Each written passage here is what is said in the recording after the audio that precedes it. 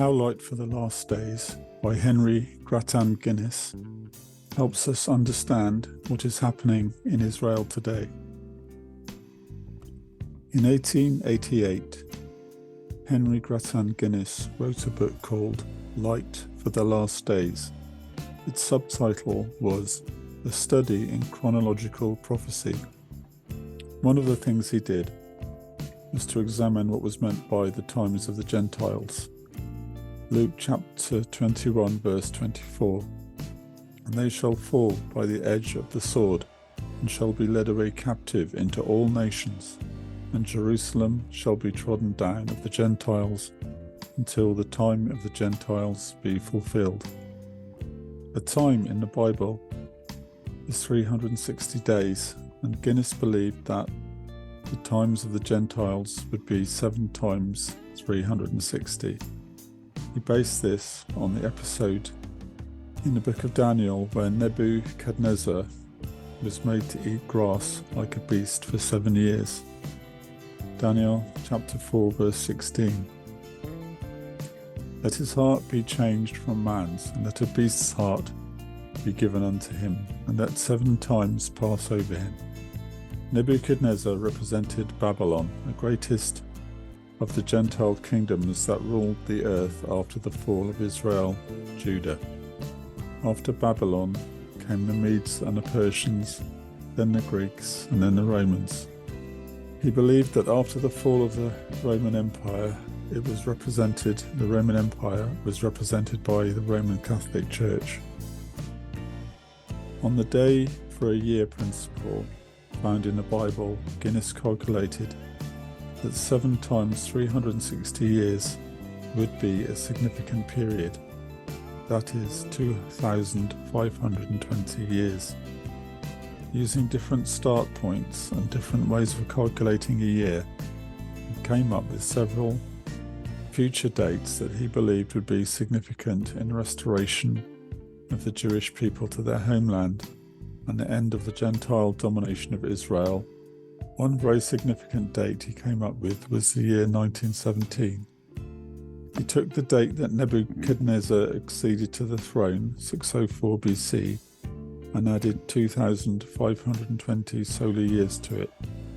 2,520 minus 604 plus 1 equals 1917. Just to note that when you add years to a BC date, you have to add 1 year when arriving at an AD date, because the first AD year is year 1 rather than year 0. If we fast forward now to the year 1917, the British government gave General Allenby the task of liberating Palestine from the Turks. He did not think much of his chance of success. Another general, Sir Beauvoir de Lille, consoled him with the predictions in Light for the Last Days. A later newspaper tribute to Allenby notes, Allenby was much impressed by a prophecy which was to prove so remarkably accurate. Allenby went on to defeat the Turks and enter Jerusalem. The liberation of Palestine started the countdown to the eventual restoration of the country as the Jewish national homeland of Israel in 1948. Henry Grattan Guinness prophetically saw the restoration of Israel back in the 19th century. As we have seen, he believed that the times of the Gentiles were coming to an end.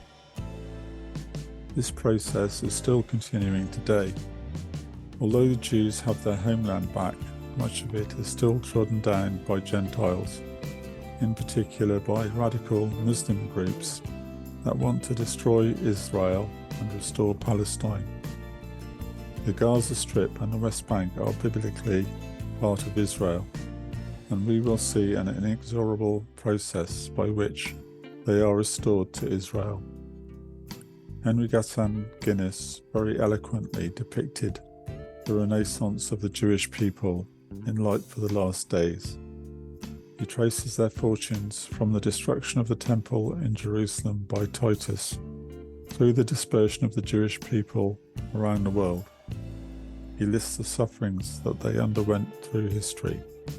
He sees this as a fulfillment of the threats of judgment pronounced by Moses and the prophets on the Jews, that if they continued in their rebellion and idolatry, they would suffer the Lord's discipline.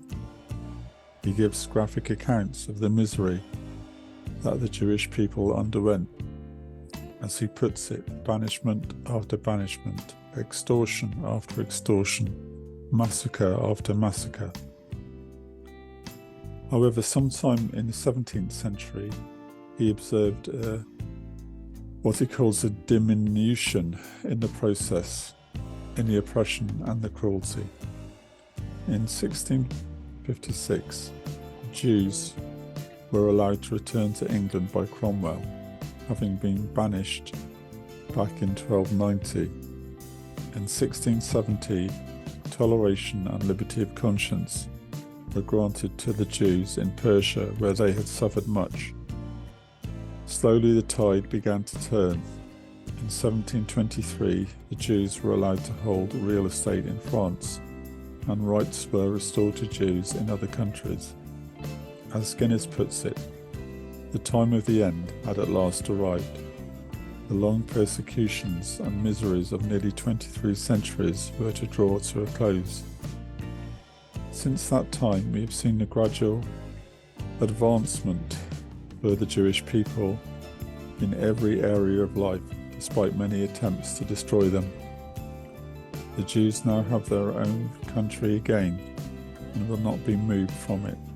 They are still hated, but the nations will not be able to treat them as they have done in the past. Many Arabs still believe that the Jews can be subjugated as they were in the past, but this will not happen. The advancement of the Jewish people will continue. God will restore to Israel the areas that are currently under Palestinian control. It's simply part of the inevitable restoration process that God promised in His Word. God always keeps His promises. There is no point in attempting to oppose Him. We will see judgment coming upon all nations and organizations that oppose Israel. In particular, in my own country, judgment is coming upon the BBC for their continual opposition to the State of Israel. There is a time of judgment coming on the Jewish nation for their rejection of their Messiah, but this will only happen after the removal of the church from the earth. The man of lawlessness will then be revealed, and the time of tribulation will begin. Until that time, Israel will continue to advance. As Guinness wrote, every principal phase of Jewish history was foretold before it came to pass, and has come to pass exactly as it was foretold, every one except the last. By the last, he meant the restoration of the nation of Israel. This process started in 1948 and will continue until all the land promised by God to the Jews is restored. Thank you for listening. If you found this video interesting, you can find more information at prophecy-workshop.com.